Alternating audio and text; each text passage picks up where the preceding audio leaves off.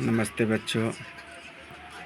आज मैं रॉस के बारे में कुछ जानकारी देना चाहता हूं, क्योंकि भारतीय वैज्ञानिक जो दुनिया में नाम कमाए हैं, जिस समय मच्छर हुआ हम लोग को काटता है, मलेरिया बीमारी फैलता है, उस बीमारी का जड़ से ख़त्म करने का कि जो श्रेय जाता है एक भारतीय वैज्ञानिक के बारे में आज मैं तुम लोग को जानकारी देना चाहता हूँ। रॉस की जंग मच्छरों के संग।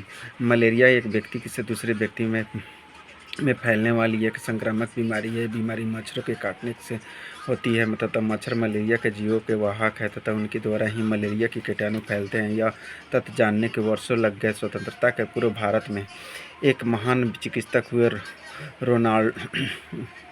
Ronald Ross. इनके अथक प्रयास से ही हम मलेरिया के बारे में परिचित हो सके हैं। तो रॉस का जन्म भारत में उत्तराखंड राज्य के अल्मोड़ा नामक शहर में हुआ था। वे हमेशा सपनों से दुनिया में खोए रहते थे तथा अपने आसपास को देखकर तथा चित्र बनाना तथा और कविताएं लिखना तथा उनके प्रिय शौक तथा 8 साल की उम्र में उनकी स्कूली शिक्षा प्राप्त करने के लिए इंग्लैंड भेजा गया।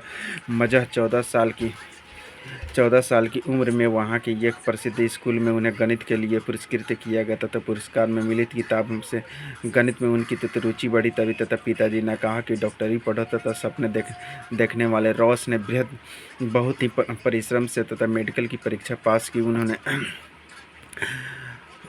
उन्हें डॉक्टर बनकर वापस भारत आने का मौका मिला तथा उस समय यहाँ का मलेरिया फैला हुआ तथा मलेरिया के संक्रामक से अनेकों लोगों का अकाल मृत्यु के शिकार हो जा रहे थे तथा कुनैन की पत्तियों की इसका एकमात्र इलाज था तथा मलेरिया कैसे फैलता है तथा इससे समुचित रोकथाम कैसे हो सकता है, यह किसी को पता ही नहीं था। तथा रॉस ने इस चुनौती को स्वीकार किया और तथा मलेरिया से बचाव का उपाय ढूंढने में लग गए।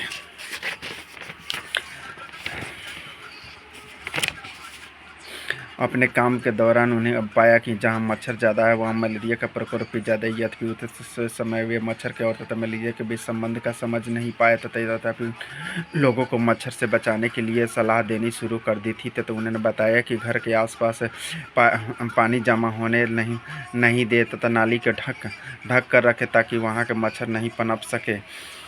मलेरिया के बारे में वे प्रायः अपने वैज्ञानिकों के मित्रों के साथ चर्चा करते रहते थे तथा इंग्लैंड के एक वैज्ञानिक मित्र ने कहा कि मच्छर ही तो मलेरिया नहीं फैला रहे हैं, लेकिन इस बात को जानने का कोई उपाय नहीं दिख रहा था। तब तक मलेरिया की तथा बीमारी पैदा करने वाले जीवों से वैज्ञानिक परिचित हो चुके थे। तो अगर यह जीव उन्हें भी किसी मच्छर के पेट में मिल जाता तो यह साबित हो जाता था कि मच्छर से ही मलेरिया फैलता है। रॉस ने इस संभावना पर विचार करते हुए शुरू कर दी अपनी जंग मच्छरों के संग।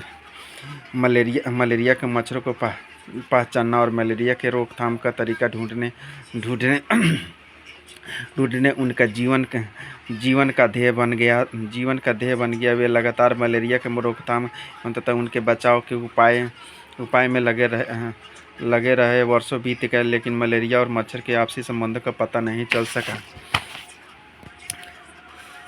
इसे जानने के लिए वे कई लोगों की उंगलियों में सुई चुभोकर खून के नमूने लेते और तथा जांच करते रहे, यहाँ तक कि मच्छरदानी में तथा मच्छरों के चतुर्थ ने लोगों को सुलझाने और मच्छरों को से कटवाते थे। फिर उनकी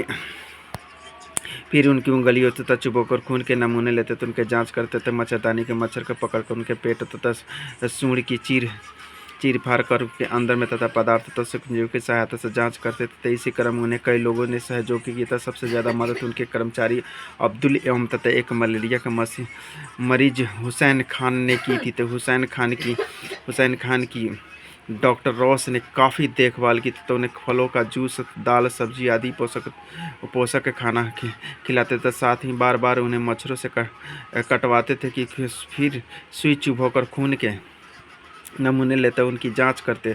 साथ वे जिन मच्छरों से हुसैन को कटवाते उन्हीं भी जांच करते। आखिरकार रॉस की तलाश पूरी हुई। एक विशेष प्रकार की मादा एनोफिलीज मच्छर के पेट में उनके मलेरिया के कीटाणु दिखे। वे खुशी से उछल पड़े। 16 साल के अथक प्रयास के बाद वे पता लगा पाए कि मादा एनोफिली मच्छर ही मलेरिया के कीटाणु मनुष्य के शरीर से दूसरे से मनुष्य तक पहुंचाती है। मलेरिया के रोकथाम की दिशा में डॉक्टर रॉस द्वारा किए गए इस खोज को कोई नहीं भूल सकता। कुछ यह जो है यह माइक्रोस्कोप सूक्ष्मदर्शी है, जिससे हम खून टेस्ट या जो भी करते हैं, इसे बहुत छोटे छोटे जो हम अनंगे आँखों से नहीं देख पाते हैं, इस चीज़ को हम लोग इस मशीन के द्वारा देख पाते हैं। धन्यवाद बच्चों, फिर मैं आगे मिलूँगा। इस वीडियो को आगे से आगे शेयर करो और फैलाने की कोशिश करो। धन्यवाद।